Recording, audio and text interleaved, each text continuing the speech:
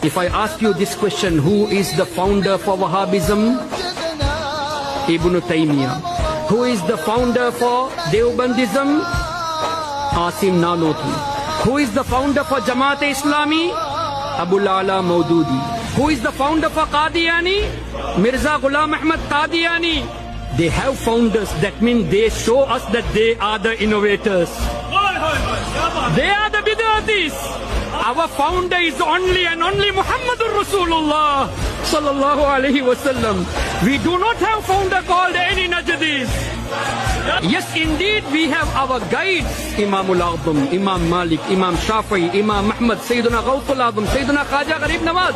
They are our guides. They are not our founders. Founder is Muhammadur Rasulullah sallallahu alaihi wasallam.